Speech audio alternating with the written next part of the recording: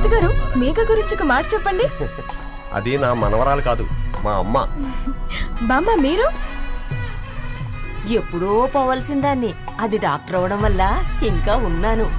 Uncle, as a father గా మీరేం చెప్తారు? అది నా అదృష్టం అమ్మా, అది పుట్టాకే నేను పెరిగాను. ఆంటీ మీరు? అది మా 20 ఏళ్ల ఎమోషన్ అమ్మా. పిల్లలు, అదొక రాక్షసి రౌడీ, అది మా చాక్లెట్స్ అన్ని తినేస్తుంది.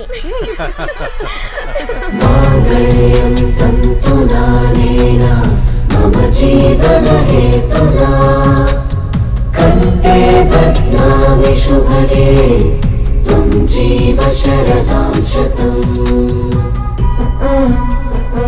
I will be with you for the rest of my life.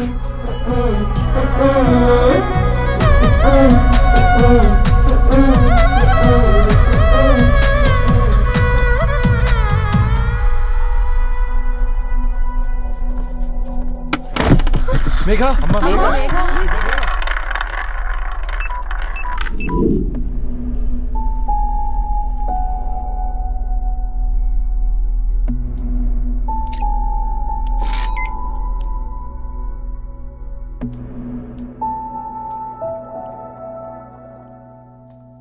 ఏంట్రా అందరూ ఇలా డీలా పడిపోయారు?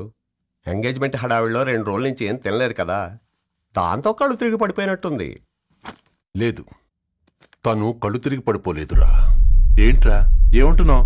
అవునరా, తను ఎక్కువ కాలం మనతో ఉండలేదు. ఏంట్రా ఇది? It's a rare genetical disorder. మెడికల్గా దీన్ని స్పింగోహిపోడోసిస్ అంటారు. త్వరలోనే పెళ్లి కూడా పెట్టుకున్నాం, ఇంతలోనే ఇలా ఎలా?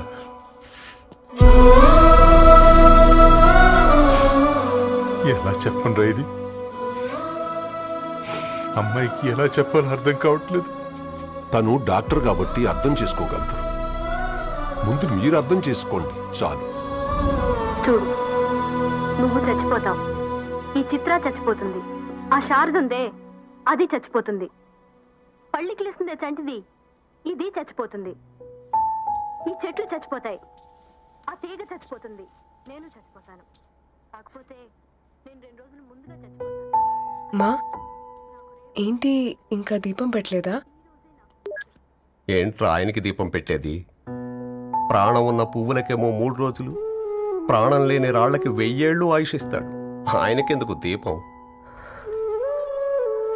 అన్నీ కరెక్ట్గా జరుగుంటే ఈరోజు నీ పెళ్లి జరగాల్సింది. దేవుడు ఆల్రెడీ నాకు ఇన్విటేషన్ కార్డ్ రెడీ చేశాడు బాబాయ్. బట్ మనమే ఫూలిష్గా ఈ వెడ్డింగ్ ఇన్విటేషన్ రెడీ చేసుకున్నాం. అయినా చాలా మందితో కంపేర్ చేసుకుంటే నేను చాలా లక్కీ పాపా. ఎంతో మంది ఆడపిల్లలు కడుపులోనే చనిపోతున్నారు. కొంతమందిని పుట్టిన తర్వాత చంపేస్తున్నారు. ఇంకొంతమంది ఎందుకు చనిపోతున్నారో కారణం తెలియకుండానే పోతున్నారు. అలా చూస్తే 22 ఇయర్స్ నేను బ్రతికాను. ఒక ఆడపిల్లగా ఇదంతా బోనస్సే కదా పాపా. చైల్డ్హుడ్ నుంచి నాకు ప్రతిదీ ద బెస్ట్ ఇచ్చారు.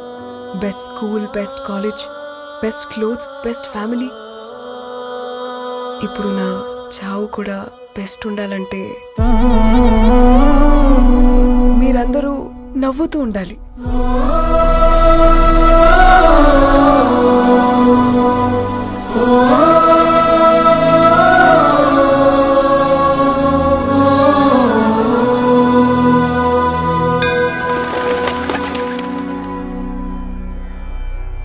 दीर्घ आयुष्मान भव।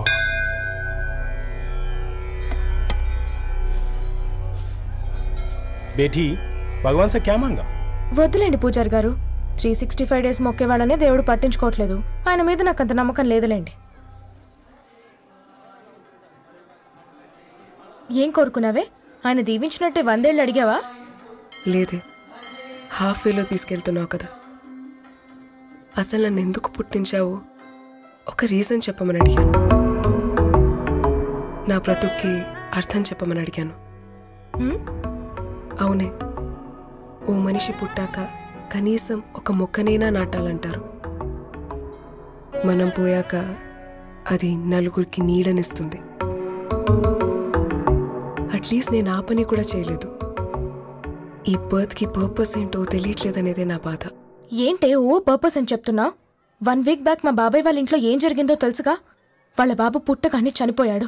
పాపం వాళ్ళు ఇంకా కూర్చొని ఏడుస్తూనే ఉన్నారు. మరి ఆ బాబు లైఫ్కి పర్పస్ ఏంటే? ఆ బిడ్డ పుట్టక ముందు వాళ్ళు ఎలా ఉండేవాళ్ళు? విడిపోదాం అనుకున్నారు. ఇప్పుడు కలిసి ఉన్నారు కదా. ఆ బిడ్డ పర్పస్ వాళ్ళని కలపడమే.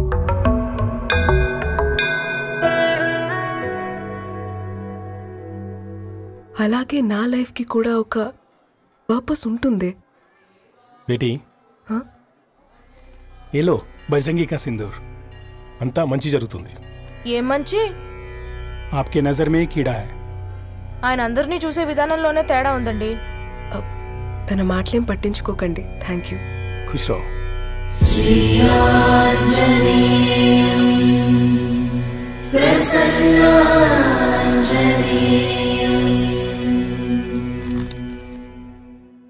ధారణి, నేను చదివిన మొట్టమొదటి కవిత ఈ 3 అక్షరాలు.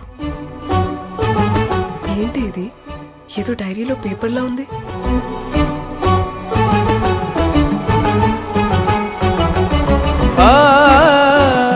एक्सक्यूज मी, मुझे वो पेपर्स दे सकते हैं? తనకంటే ముందు తన అక్షరాల్ని చూశాను. తనకంటే ముందు తన భావాల్ని కలిశాను. మా సైనిక్ పురి చందమావతను. लाइन्स है वो इंटरेस्टिंग గా ఉన్నాయి. అవును. क्या मैं वो डायरी ले सकती हूँ? Thank you. మనం చదవడం కరెక్ట్ అంటావా? ఆయనే పర్మిషన్ ఇచ్చాడు.